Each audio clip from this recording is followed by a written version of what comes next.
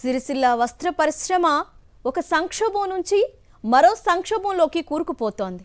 మరమగ్గాల యజమానులు కరెంటు బిల్లుల పాత బకాయిలు చెల్లించలేక చేతులెత్తేస్తున్నారు. మరోవైపు 7-8 సంవత్సరాల నుంచి వేతనాలు పెంచడం లేదని కార్మికులు సమ్మెబాట పట్టారు. విద్యుత్ బిల్లులు, వేతనాల సమస్యలతో మొత్తంగా పరిశ్రమే సంక్షోభంలోకి వెళ్లిపోయింది. దీనిపై సాక్షి టీవీ అందిస్తున్న గ్రౌండ్ రిపోర్ట్ ఇప్పుడు చూద్దాం. చేనేత వస్త్ర పరిశ్రమ మరొకసారి సంక్షోభంలో కూరుకుపోయింది. ప్రస్తుతం దాన్ని నమ్ముకున్న కార్మికులు రోడ్డెక్కారు, సమ్మెబాట పట్టారు. ముఖ్యంగా వైపనితో పాటుగా సాంచాలపై ఉన్న కార్మికులంతా కూడా రోడ్డెక్కడంతో మొత్తంగా ఇప్పుడు వస్త్ర పరిశ్రమ మనకు మూతబడ్డ పరిస్థితులు కనిపిస్తున్నాయి. అయితే ఈ నేపథ్యంలో మరొక వైపు సబ్సిడీల భారం కూడా ఈ నేత పరిశ్రమ పైన పడడంతో మొత్తంగా సిరిసిల్ల వస్త్ర పరిశ్రమ మరొకసారి మనకు సంక్షోభంలో కనిపిస్తుంది. చేనేత పరిశ్రమ సంక్షోభంలో కూరుకుపోవడంతో కొన్ని దశాబ్దాల క్రితమే సిరిసిల్లలో మరమగ్గాలు మొదలయ్యాయి. అయితే మరమగ్గాల రంగంలో కూడా నిరంతరం సంక్షోభాలు వెంటాడుతూనే ఉన్నాయి.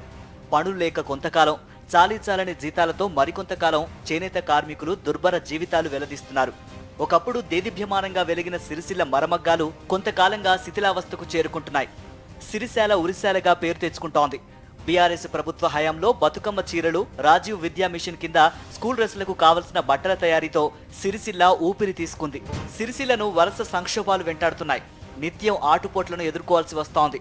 తాజాగా పవర్లూమ్ కార్మికులు, వైపని కార్మికులు, వార్పింగ్ కార్మికుల వేతనాల విషయంలో స్పష్టత లేకపోవడంతో సమ్మెబాట పట్టారు. ఇప్పటికీ 2018లో నిర్ణయించిన వేతనాలే ఇస్తూ ఉండడంతో ఏమాత్రమూ సరిపోవడం లేదని ఆవేదన వ్యక్తం చేస్తున్నారు. కార్మిక సంఘాలతో కలిసి సమ్మెబాట పట్టిన సిరిసిల్ల మరమగ్గాల కార్మికుల ఆవేదన ఎలా ఉందో చూద్దాం.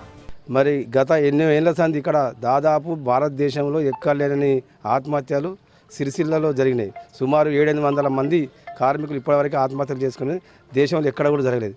అయినా కూడా ఈ సిరిసిల్ల ప్రాంతానికి సంబంధించి మరి ఇక్కడ ఉన్న కార్మికులను ఆత్మహత్యలు జరగకుండా, మరి ఇక్కడ పరిశ్రమ తరచూ సంక్షోభం రాకుండా ఇక్కడ ఉన్నటువంటి ఎంపీలు కానీ, ఇక్కడ ఉన్నటువంటి ఎమ్మెల్యేలు కానీ, ఇక్కడ ప్రజాప్రతినిధులు కానీ, ప్రభుత్వం కానీ ఏ ప్రభుత్వం దానికి స్వాస్థ్య పరిష్కారం చూపే మార్గం చూపిస్తలేదు. ఎప్పుడైనా వచ్చి తాత్కాలిక కొంత సంక్షోభంలో ఏదైనా చిన్న పరిష్కారం చేసిన తర్వాత వెళ్ళిపోవడం, మళ్ళీ సేమ్ ఇదే జరుగుతూ ఉంది.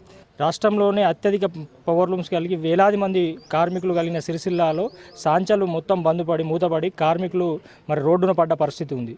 ప్రధానంగా చూసుకున్నట్లయితే పవర్లూమ్ కార్మికుల ఆత్మహత్యల నేపథ్యంలో ప్రభుత్వం ఉపాధికి అందించాలనే ఉద్దేశంతో ఏదైతే చీరల ఆర్డర్లు, మహిళా పొదుపు సంఘాల చీరల ఆర్డర్లు ఇచ్చారో ఆ చీరలకు కార్మికుల కోసం, ఉపాధి కోసం ఇచ్చిన చీరలకు కార్మికులకు మెరుగైన వేతనాలు అందించే విధంగా కూలీ నిర్ణయం చేయాలనేది ప్రధాన డిమాండ్ మాది. అదేవిధంగా ఇతర సమస్యలు ఏదైతే 10% యారన్ సబ్సిడీ కార్మికులకు రావాల్సిన పెండింగ్ కావచ్చు, వర్కర్ టు ఓనర్ కావచ్చు, ఇప్పుడు ఇచ్చేటువంటి పాలిస్టర్ బట్టకు కూడా కూలీ 6 సంవత్సరాల క్రితం కూలీ చెల్లించడం వల్ల కార్మికులు నష్టపోతూ ఉన్నారు. ఈ డిమాండ్లతో సమ్మె కొనసాగుతుంది. సంవత్సరం నుంచి మేము కొట్లాడుతున్నాం. మాకు గత ప్రభుత్వంలో ఇచ్చినట్టుగా మీరు ఈ కాంగ్రెస్ గవర్నమెంట్ కూడా ఇవ్వాలి. ఇచ్చి మమ్మల్ని ఆకలి చావులు లేకుండా బతుకుదెరువు చూపెట్టే రకంగా ఇవ్వాలి. ఒకసారి బంద్ చేస్తే మాకు జీవితాలను ఆగలేనాయని ధర్నాలు చేసినాం. గవర్నమెంట్ దగ్గర పోయినాం. జౌళి శాఖ మంత్రి గారికి ఇచ్చినాం లెటరు, శైలజ మేడంకి ఇచ్చినాం, ఇక్కడ ఉన్న ఎమ్మెల్యేకి ఇచ్చినాం.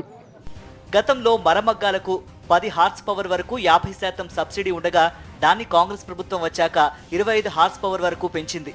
ఈ సంతోషం కొద్ది కాలంలోనే ఆవిరైపోయింది.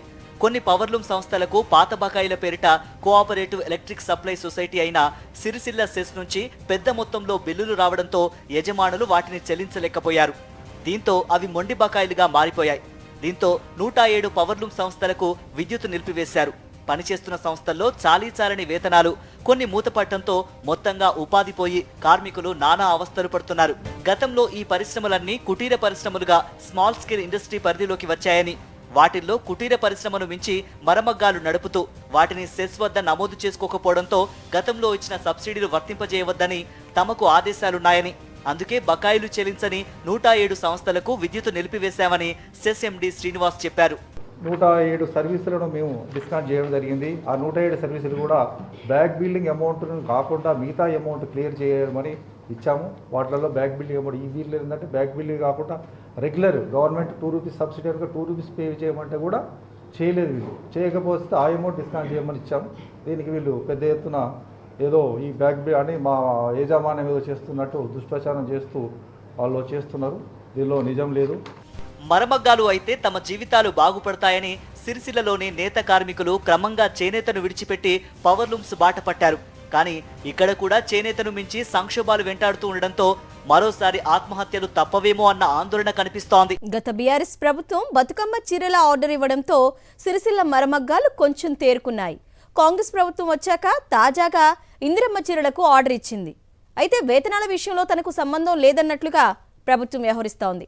ఒకవైపు విద్యుత్ బిల్లుల సంక్షోభం, మరోవైపు వేతనాల సమస్యతో సిరిసిల్ల వస్త్ర పరిశ్రమ ఒక సంక్షోభం నుంచి మరో సంక్షోభంలోకి ప్రయాణిస్తోంది. సిరిసిల్ల వస్త్ర పరిశ్రమ నిరంతరం సంక్షోభాల్లో కూరుకుపోతోంది. అయితే ప్రభుత్వాలు ఎప్పటికప్పుడు తాత్కాలిక ఉపశమనాలనే కల్పిస్తోంది. శాశ్వత పరిష్కారం కోసం ప్రయత్నించడం లేదు. అందుకే విద్యుత్ బిల్లులు చెల్లించలేక మరమగ్గాల యజమానులు చేతులెత్తేస్తున్నారు. వీరికి రాయితీలు వర్తించవని సెస్ చెబుతోంది. చెవులు చిల్లులు పడేలా శబ్దం చేసే మరమగ్గాలు మౌనం పాటిస్తున్నాయి. సిరిసిల్లలోని 107 మరమగ్గాల సంస్థల్లో పనులు నిలిచిపోయాయి. వీటిలో పనిచేసే వందలాది కార్మికులు రోడ్డున పడ్డారు. విద్యుత్ నిలిచిపోయిన ఓ పరిశ్రమలో పరిస్థితి గురించి మా ప్రతినిధి రమణ మరింత సమాచారం అందిస్తారు. మూలిగే నక్క పైన తాటికాయ పడ్డ చందంగా సిరిసిల్ల వస్త్ర పరిశ్రమ పైన సంక్షోభానికి పలు కారణాలు మనకు కనిపిస్తున్నాయి. ప్రస్తుతం మనం బండారి వేణుకు సంబంధించిన పవర్ లూమ్ సెంటర్స్లో ఉన్నాము. బండారి వేణుకు సంబంధించిన పవర్ లూమ్ సెంటర్లో మనం ఒక్కసారి పరిశీలిస్తే ఇక్కడ బిల్స్ పే చేయలేని చెప్పేసి 3 ఫ్యూజులకు సంబంధించి అక్కడ మనము చూడవచ్చు, పరిశీలించవచ్చు. వాటన్నిటిని కూడా కరెంట్ అధికారులు పీక్కొని వెళ్ళిపోయారు. మొత్తంగా చూస్తే కేవలం సింగిల్ ఫేజ్ కరెంట్ మాత్రమే రావడంతో కేవలం ఒక ట్యూబ్ లైట్స్ మాత్రమే వెలుగుతూ మనకు కనిపిస్తున్నాయి. అసలు దీనికి కారణం ఏంటి, ఎందుకు ఇంత పెండింగ్ బిల్స్కు వీళ్ళు కారణమయ్యారో మనం తెలుసుకునే ప్రయత్నం చేద్దాం. ఏం జరిగింది, అసలు ఎందుకు ఇది ఇప్పుడు మూతపడింది? ఇది బ్యాక్ బిల్లింగ్ అని చెప్పేశారండి. మాకు 2023 నుంచి బ్యాక్ బిల్లింగ్ వేశారు. ఇంతకుముందు కరెంట్ సబ్సిడీ 10 HP వరకు ఉండే. అధికారుల సహకారం కావచ్చు, నిర్లక్ష్యం అనుకోవచ్చు, దీన్ని ఏదైనా అనుకోవచ్చు. సెస్ అధికారులు మాకు 10 HP వరకే ఇవ్వాల్సి ఉండే. మేము ఎంత అడిగితే వాళ్ళు అంత ఇచ్చారు. మేము పరిశ్రమను పెంచుకుంటూ పోయినాం.